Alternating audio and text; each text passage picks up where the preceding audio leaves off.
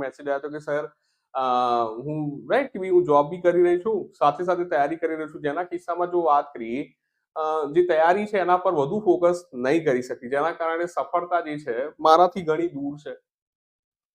ને જો સપોઝ હું જોબ છોડી દઉં છું તો બી જે મારા ઘરનો જે જીવન નિર્વાહ છે, જે નિર્ભર છે, બી મારા પર જ છે. તો બી ત્યાં કહાની ડામાડોલ થઈ શકે.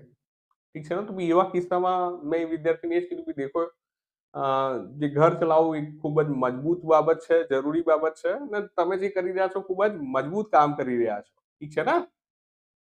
અને લગભગ એક દીકરી જ હતા, તો હું હંમેશા માનું કે ભઈ એવી તમામ દીકરીઓ જે પોતાના ઘરને વર્તમાનમાં જો વાત કરીએ મજબૂત રીતે ચલાવી રહ્યા છે, તો કહું છું એનાથી મોટું કામ કોઈ નહીં. ઠીક છે ને? ને એની સાથે જો તમે તૈયારી કરી રહ્યા છો અને સફળતા મેળવો છો, તો હંમેશા ઈશ્વર દેખતા હોય, બસ સતત પ્રયાસ કરતા રહો. ઠીક છે ને? ક્યાંક એક નજીક કહાની છે જે તમારી